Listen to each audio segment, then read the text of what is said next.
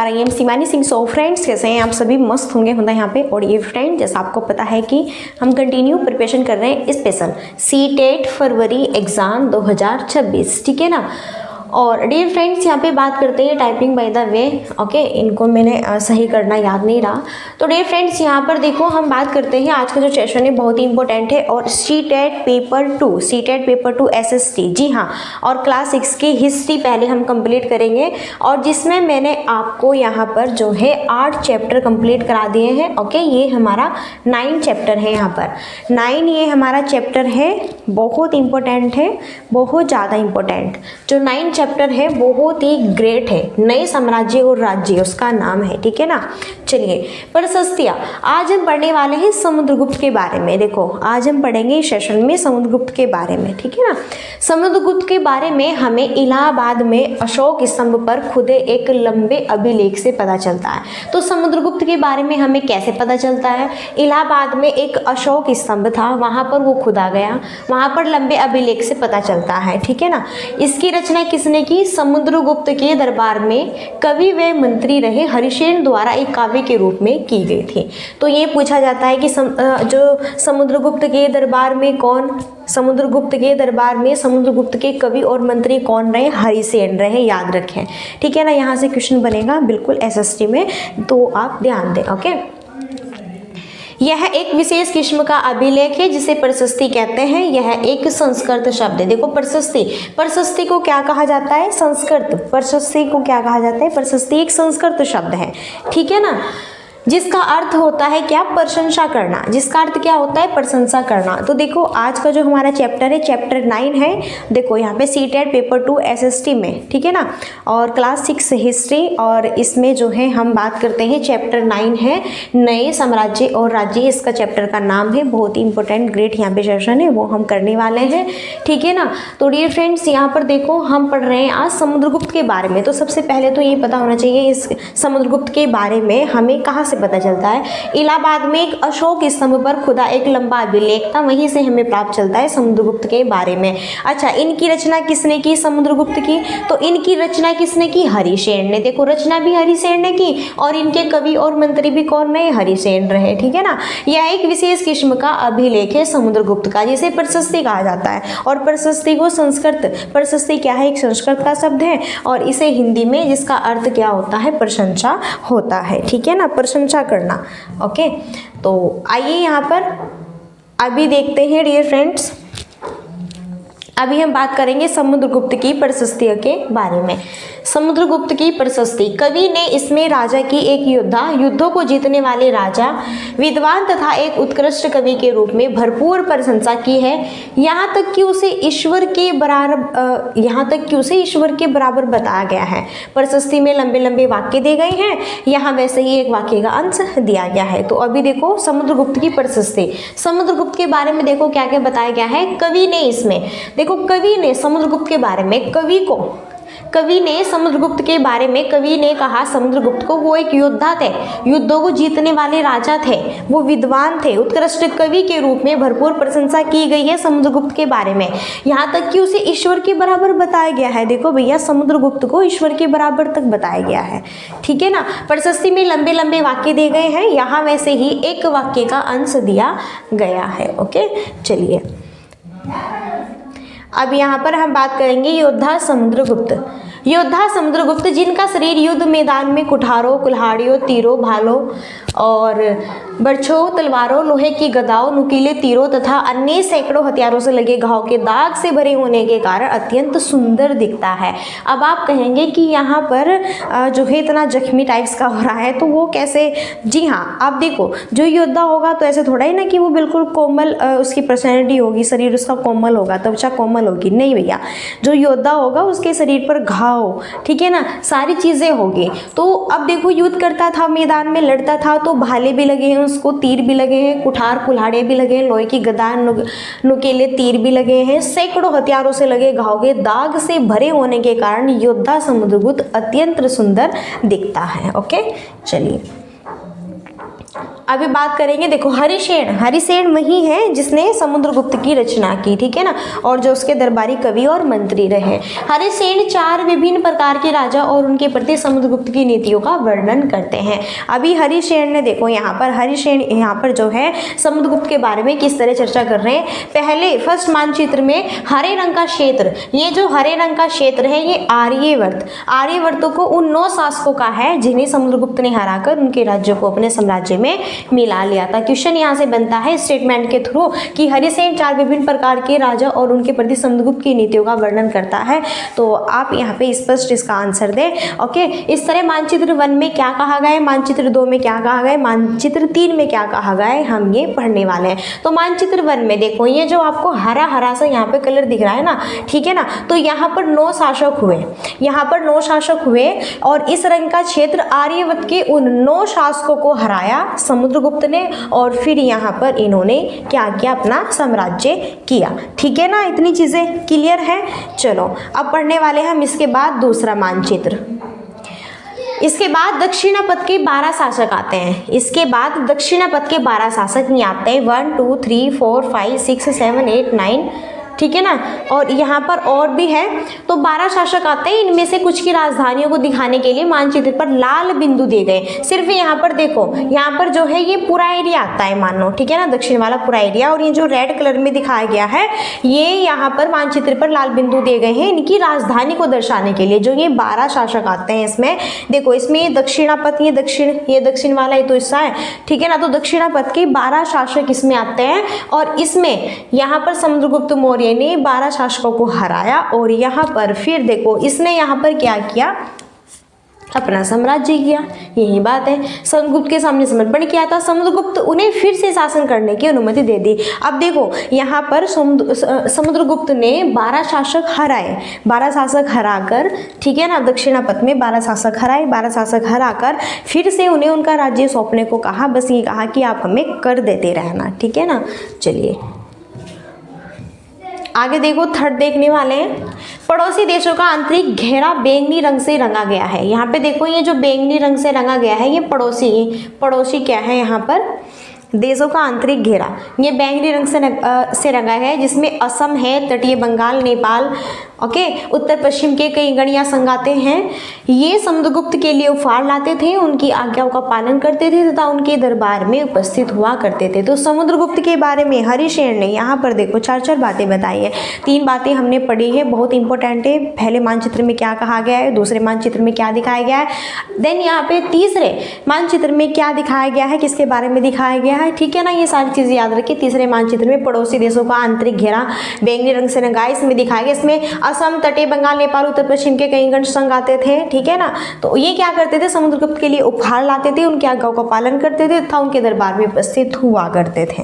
Okay, इतनी चीजें clear है। चलो अब देखो, हरिसेन ने यहाँ पर हरिसेन ने समुद्रगुप्त के बारे में 4 प्रशस्तियां दी है, ठीक है। तो 3 हमने पढ़ी है, 4 यहाँ पर है। बाह्य इलाके के शासक जिन्हें नीले रंग से रंगा गया, बाह्य इलाके के शासक जिन्हें नीले रंग से रंगा गया है, ये यहाँ पर है, यहाँ पर, ठीक है ना, इन्हें नीले रंग से रंगा गया है। और संभवतः कुषाण तथा शक वंश के थे, इसमें श्रीलंका के शासक भी थे। इन्होंने समुद्रगुप्त की अधीनता स्वीकार की और अपनी पुत्रियों का विवाह इनसे किया। अब देखो चौथे इसमें क्या गया, जैसे कि यहाँ पर जोधा अकबर, ठीक है ना, जैसे जोधा का विवाह होता है उसके माता पिता करते हैं एक मुगल के साथ में, तो ऐसे ही लोगों ने समुद्रगुप्त की अधीनता स्वीकार की और अपनी पुत्रियों का विवाह उससे किया, समुद्रगुप्त से, ठीक है ना। कुषाण वंश, शक वंश, इन्होंने सबने, ओके। तो ये 4 यहाँ पे हरिसेन के द्वारा 4 प्रशस्तियाँ थी समुद्रगुप्त के बारे में। पहली में क्या बात कही गई है, दूसरे में क्या बात कही है, तीसरे में क्या और चौथे में क्या, याद रखिए। यहाँ से स्टेटमेंट में क्वेश्चन बनेगा आपका सीटेट पेपर 2 में, ठीक है ना। चलो, और यहीं पर एक और बहुत इंपॉर्टेंट पॉइंट्स है, वो ये है कि जो समुद्रगुप्त है ना, इनको वीणा बजाने वाला राजा, समुद्रगुप्त के कुछ अन्य गुणों को सिक्कों पर दिखाया गया है। जैसे इस सिक्के में उन्हें वीणा बजाते हुए दिखाया गया है। जी हाँ, यहाँ से भी क्वेश्चन बनता है। देखो ये समुद्रगुप्त की क्या है, इमेज है, और यहाँ पर समुद्रगुप्त को, ठीक है ना, क्या वीणा बजाते हुए दिखाया गया है, ठीक है। ये बहुत इंपॉर्टेंट फैक्ट्स है और यहाँ से बार बार क्वेश्चन बनता है। अभी हम बात करते हैं प्रयाग, इलाहाबाद का पुराना नाम उज्जैन तथा पाटलिपुत्र पटना गुप्त शासन के महत्वपूर्ण केंद्र थे। तो यहाँ से क्वेश्चन बनता है गुप्त शासन के महत्वपूर्ण केंद्र कौन कौन से? प्रयाग, इलाहाबाद का पुराना नाम उज्जैन तथा पाटलिपुत्र पटना गुप्त शासन के महत्वपूर्ण केंद्र थे, याद रखें। ठीक है ना। अभी देखो हम बात करेंगे वंशावलिया की।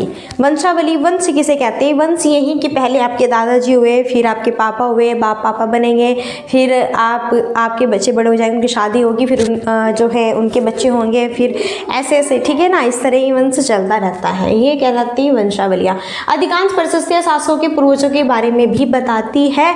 यह प्रशस्ति भी समुद्रगुप्त के जो है यहाँ पर पितामह यानी कि परदादा, दादा, पिता और माता के बारे में बताती है। उनकी माँ कुमार देवी कौन? यहाँ पर हम समुद्रगुप्त की बात कर रहे हैं। तो समुद्रगुप्त की माता का नाम कुमार देवी लिच्छवी गण की थी और पिता चंद्रगुप्त गुप्त वंश के पहले शासक थे। यहाँ से क्वेश्चन बन सकता है कि समुद्रगुप्त की माँ का क्या नाम था? कुमार देवी था। और ये किस गण की थी? लिच्छवी गण की थी। और इनके इनके जो पिता है फादर है चंद्रगुप्त गुप्त वंश के पहले शासक थे, जिन्होंने महाराजाधिराज जैसी बड़ी उपाधि धारण की। समुद्रगुप्त ने भी यह उपाधि धारण की। उनके दादा और परदादा का महाराजा के रूप में ही उल्लेख है। इससे यह आभास मिलता है कि धीरे धीरे इस वंश का महत्व बढ़ता गया। यहाँ पे किस वंश का? जो हम समुद्रगुप्त की बात कर रहे हैं, देखो इनके जो है फादर हुए, इनके दादाजी हुए, ओके, आगे इनके जो है बच्चे होंगे। तो इस तरह से वंशावलियाँ चलती गई, ठीक है ना। और इसमें इनकी फादर का नाम, इनकी मदर का नाम, सारी चीज़ें यहाँ पे बताई गई हैं। समुद्रगुप्त के बारे में हमें अनेक बाद के शासकों जैसे उनके बेटे चंद्रगुप्त द्वितीय की वंशावली पूर्वजों की सूची से भी जानकारी मिलती है। उनके बारे में अभिलेखों तथा सिक्कों से भी पता चलता है कि उन्होंने पश्चिम भारत में सैन्य अभियान में अंतिम शक शासक को परास्त किया। बाद में ऐसा विश्वास किया जाने लगा कि उनका दरबार विद्वानों से भरा था। तो समुद्रगुप्त के बारे में हमें उनके बाद के शासकों जैसे कि उनके बेटे, देखो समुद्रगुप्त के बेटे हुए कौन? चंद्रगुप्त द्वितीय। और जो समुद्रगुप्त थे ये किसके बेटे थे? चंद्रगुप्त प्रथम के। देखो समुद्रगुप्त चंद्रगुप्त प्रथम के बेटे थे और चंद्रगुप्त द्वितीय ये समुद्रगुप्त के बेटे हैं यहाँ पर। और इनकी वंशावलिया की सूची है ये, इनसे भी जानकारी मिलती है इनके बारे में। अभिलेखों तथा सिक्कों से पता चलता है कि उन्होंने पश्चिम भारत में सैन्य अभियान में अंतिम शक शासक को परास्त किया था। किसने? समुद्रगुप्त, ठीक है ना। चलिए अब देखो हम समुद्रगुप्त से ही जुड़ी विक्रम संवत के बारे में बात करेंगे। विक्रम संवत जो कि 58 ईसा पूर्व में प्रारंभ होने वाले विक्रम संवत को परंपरागत रूप से गुप्त राजा चंद्रगुप्त द्वितीय के नाम से जोड़ा जाता था और ऐसा कहा जाता है कि उन्होंने शकों पर विजय के प्रतीक के रूप में इस संवत की स्थापना की तथा विक्रमादित्य की उपाधि धारण की। देखो हम विक्रम संवत की बात कर रहे हैं। विक्रम संवत जो है ये जुड़ा हुआ है किससे? ये जुड़ा हुआ है चंद्रगुप्त द्वितीय के, यानी कि समुद्रगुप्त का जो बेटा है चंद्रगुप्त द्वितीय उनके नाम से जुड़ा है ये विक्रम संवत। यहाँ पर जो ये यहाँ पर ईसा पूर्व, ओके, इस तरह से आपकी क्लियर है ना। चलिए बात करेंगे हर्षवर्धन तथा हर्षचरित के बारे में। हर्षवर्धन तथा हर्षचरित, जिस तरह गुप्त वंश के शासकों के बारे में अभिलेखों तथा सिक्कों से पता चलता है उसी तरह कुछ अन्य शासक के बारे में भी उनकी जीवनी से पता चलता है। अभी हमने समुद्रगुप्त के बारे में बात की। समुद्रगुप्त के बारे में हरिसेन, समुद्रगुप्त की रचना हरिसेन ने की थी और यहाँ पर हरिसेन ही समुद्रगुप्त के कवि और जो है यहाँ पे मंत्री रहे, ठीक है ना, उनके दरबार में। तो उन्होंने इनकी समुद्रगुप्त की 4 प्रशस्तियाँ बताई, वो हमने सारी चीज़ें कवर करी। अब यहाँ पर हम पढ़ने वाले हैं हर्षवर्धन के बारे में। हर्षवर्धन या फिर हम इसे हर्षचरित भी कह सकते हैं। जिस तरह गुप्त वंश के शासकों के बारे में अभिलेखों तथा सिक्कों से पता चलता है उसी तरह कुछ अन्य शासकों के बारे में उनकी जीवनी से पता चलता है कि ऐसे ही एक राजा हर्षवर्धन थे जिन्होंने करीब 1400 साल पहले शासन किया।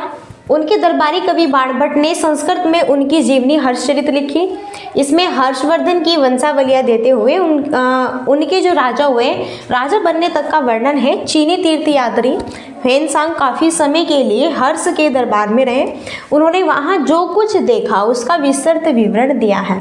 देखो हम बात कर रहे हैं हर्षवर्धन, और यानी कि हर्षवर्धन है तो यहाँ पर हर्षचरित, ठीक है ना, इनको हम हर्षचरित भी कह सकते हैं। तो अब हम इनके बारे में बात करेंगे। हर्षवर्धन की बात कर रहे हैं। हर्षवर्धन करीब 1400 साल पहले इन्होंने शासन किया। इनके दरबारी कवि कौन हुए? बाणभट्ट हुए। यहाँ से क्वेश्चन बन सकता है, ठीक है ना। तो हर्षवर्धन के दरबारी कवि बाणभट्ट, इन्होंने संस्कृत में उनकी जीवनी हर्षचरित लिखी। तो बाणभट्ट ने हर्षचरित जो इनकी जीवनी है किसने लिखी? बाणभट्ट ने लिखी, ठीक है। इसमें हर्षवर्धन की वंशावलियाँ देते हुए उनके राजा बनने तक का वर्णन है। चीनी तीर्थयात्री ह्वेनसांग काफी समय के लिए हर्ष के दरबार में रहे। उन्होंने वहाँ जो कुछ देखा उसका विस्तृत विवरण दिया गया है इस चीज़ में, तो ठीक है ना।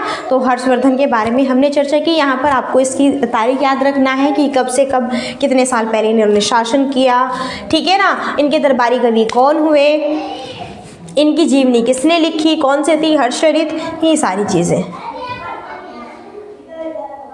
अभी देखो, हर्ष अपने पिता के सबसे बड़े बेटे नहीं थे, पर अपने पिता और बड़े भाई की मृत्यु हो जाने पर थानेसर के राजा बने। हर्ष अपने पिता के सबसे बड़े बेटे नहीं थे, पर अपने पिता और बड़े भाई की जब इनकी डेथ हो जाती है तब हर्ष थानेसर के राजा बने। उनकी बहनोई कन्नौज के शासक थे। जब बंगाल के शासक ने उन्हें मार डाला, हर्ष ने कन्नौज को अपने अधीन कर लिया और बंगाल पर आक्रमण कर दिया, ठीक है ना। So very very very important facts. Harsh ने अपने पिता के सबसे बड़े बेटे नहीं थे, पर अपने पिता और बड़े भाई की मृत्यु हो जाने पर थानेसर के राजा बने। कौन? हर्षवर्धन। यहाँ पे उनके बहनोई कन्नौज के शासक थे। जब बंगाल के शासक ने उन्हें मार डाला, हर्ष ने कन्नौज को अपने अधीन कर लिया और बंगाल पर आक्रमण कर दिया, ठीक है ना।